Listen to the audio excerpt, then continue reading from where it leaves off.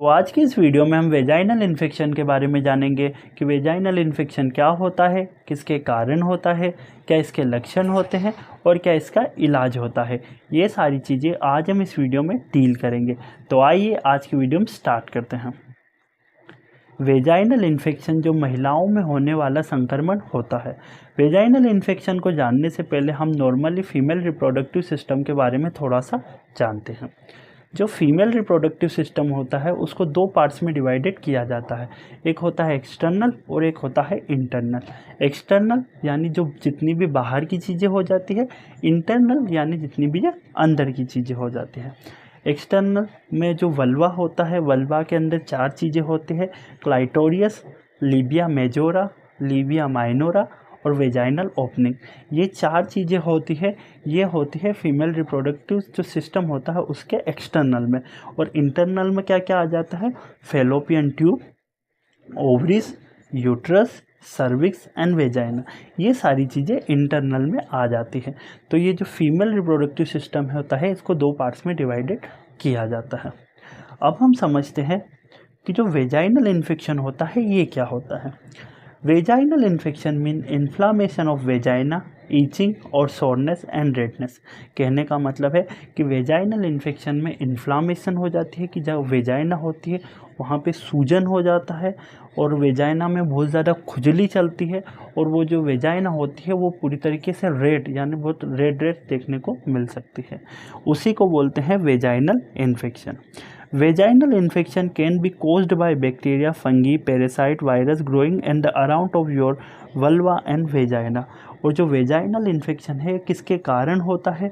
तो बैक्टीरिया के कारण भी होता है, फंगीज के कारण भी होता है, पैरासाइट्स के कारण भी होता है और वायरस के कारण भी होता है। ये क्या होते हैं? ये जो बैक्टीरिया वायरस होते हैं ये सब क्या होते हैं कि जो वल्वा होता है, जो महिलाओं के अंदर जो वल्वा होता है एक्सटर्नल में, वहाँ पे क्या होता है कि ग्रोइंग मतलब जो बैक्टीरिया वायरस रहते हैं ये ग्रो करने लग जाते हैं। और वहाँ पे ग्रो करने के बाद जब ये बहुत ज़्यादा ग्रो करने लग जाते हैं उस टाइम पे वहाँ पे इन्फेक्शन होता है और उसी को बोलते हैं वेजाइनल इन्फेक्शन। उसके बाद हम बात करें कि इसके कॉजेज़ क्या क्या हो सकते हैं। जो अभी हमने देखे कि जो बैक्टीरिया वायरस पैरासाइट्स वगैरह ये इसके कॉजेज़ होते हैं। अगर हम इसके कॉजेज़ इसमें देखें तो bacteria can causes of bacteria vaginosis, यानी कि अगर बैक्टीरिया के अंदर बात करें कि बैक्टीरिया के अंदर कौन सा बैक्टीरिया हो सकता है, तो बैक्टीरिया वेगिनोसिस करके बैक्टीरिया होता है जिसके कारण वेजाइनल इन्फेक्शन हो सकता है। अगर फंगी की बात करें तो फंगी में कौन कौन से आ सकते हैं, तो कैंडिडा और यीस्ट इन्फेक्शन। कैंडिडा और यीस्ट इन्फेक्शन होते हैं, ये फंगीज के अंदर होते हैं।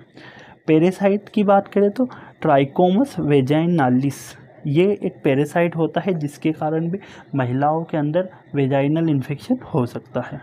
वायरस की बात करें तो ह्यूमन पेपिलोमा वायरस और हेप्रिस सिम्प्लेक्स वायरस, ये दो वायरस होते हैं जिनके कारण महिलाओं के अंदर वेजाइनल इन्फेक्शन की समस्या उनको देखने को मिल सकती है। तो ये बैक्टीरिया होते हैं, फंगिस, पैरासाइट और वायरस, ये जो पर्टिकुलर बैक्टीरियास वगैरह होते हैं जिनके कारण महिलाओं में ये समस्या देखने को मिल सकती है। अगर उसके अलावा भी कुछ हो तो वो है पुअर हाइजीन, यानी कि जो महिलाएं होती हैं जो उनकी जो एरिया होता है, ग्रोइन एरिया होता है, उसकी जो हाइजीन होती है वो अच्छी तरीके से नहीं रखते हैं, उसके कारण भी ये इन्फेक्शन देखने को मिल सकते हैं। फिर है use of public toilet and history of UTI. अगर बहुत लंबे समय तक पब्लिक टॉयलेट का यूज़ करती है महिलाएं तो भी देखने को मिल सकता है। पब्लिक टॉयलेट जैसे कि अभी के टाइम पे जो वेस्टर्न टॉयलेट्स हुई है आती है, उस पर यदि कोई एक इन्फेक्टेड जो महिला होती है जिसको ऑलरेडी किसी भी तरीके का बैक्टीरिया है, फंगस है, अगर वो वहाँ पे जाते हैं और अगर वो टॉयलेट ठीक से क्लीन नहीं है, साफ़ नहीं किया हो, और वहीं पे कोई एक हेल्दी महिला जाके कोई हेल्दी महिला चली जाती है तो उसको भी वहाँ पे ये समस्या देखने को मिल सकती है। उसके बाद है हिस्ट्री ऑफ यूटीआई। अगर पहले कभी यूटीआई हुआ है, यूरिनरी ट्रैक इन्फेक्शन, तो भी उस कंडीशन में भी ये देखने को मिल सकता है। तो ये कुछ कॉजेस होते हैं जिनसे वेजाइनल इन्फेक्शन हो सकता है। उसके बाद हम बात करें कि लक्षण क्या क्या हो सकते हैं, कि महिलाओं को कैसे पता चलेगा कि उनको वेजाइनल इन्फेक्शन हुआ है। तो white discharge from vagina that look like the thinner whitish greenish और येलोविश फिशी स्मेली डिस्चार्ज। और जो महिलाएं होती हैं नॉर्मली उनमें वाइट डिस्चार्ज होता रहता है, बट इन केस ऑफ जो ये इन्फेक्शन होता है इसमें क्या होता सकता है कि थिनर वाइटनेस ग्रीनिश यानी कि बहुत ज़्यादा गाढ़ा या ग्रीनिश कलर का और येलोइश कलर का देखने को मिल सकता है, और इसमें से बहुत एक फीसी स्मेल भी आती है। अगर ये लक्षण साइन एंड सिम्टम दिख रहे हैं किसी महिला के अंदर तो उसको पॉसिबिलिटी है कि उनको वेजाइनल इन्फेक्शन हुआ है। सॉरी, पॉसिबिलिटी नहीं कि उनको वेजाइनल इन्फेक्शन ही हुआ है। उसके बाद है इचिंगनेस और सोरनेस अराउंड वेजाइना, रेडनेस इन वेजाइना। और जो वेजाइना होती है उसमें बहुत खुजली देखने को मिल सकती है, सोरनेस देखने को उनको मिल सकती है। Inflammation of inner leaning of vagina, और जो वेजाइना होती है वहाँ पे बहुत ज़्यादा उनको इन्फ्लामेशन भी देखने को मिल सकती है। Pen during the sexual intercourse, और यदि कोई महिला सेक्चुअल इंटरकोर्स करती है उस टाइम पे उसको बहुत ज़्यादा पेन भी देखने को वहाँ पे मिल सकता है। उसके बाद है पेनफुल यूरिनेशन, यानी कि जब महिलाएं जब यूरिन करेगी उस टाइम पे उसको बहुत ज़्यादा दर्द देखने को मिल सकता है। फिर है पेन इन लोअर एब्डोमेन और पेल्विक, और लोअर एब्डोमेन में और पेल्विक एरिया में पेन देखने को मिल सकते हैं। तो ये कुछ लक्षण होते हैं, साइन एंड सिम्टम्स होते हैं कि यदि किसी महिला को वेजाइनल इन्फेक्शन हो गया है तो उसको ये साइन एंड सिम्टम्स शो कर सकते हैं। उसके बाद बात करें कि अगर इसके डायग्नोस्टिक इवोल्यूशन क्या क्या हो सकते हैं, कि यदि किसी महिलाओं को वेजाइनल इन्फेक्शन हुआ है तो उसकी क्या क्या जांचें होती हैं। तो पहला है physical examination of vagina, vagina का फिज़िकल एग्जामिनेशन करके देखा जाता है। दूसरा है sign and symptom based diagnosis, और मतलब कि जो महिलाएं होती है उनके साइन एंड सिम्टम्स को शो करके यानी कि उनके साइन एंड सिम्टम को समझ के उनके ऊपर डायग्नोस्टिक बेस्ड।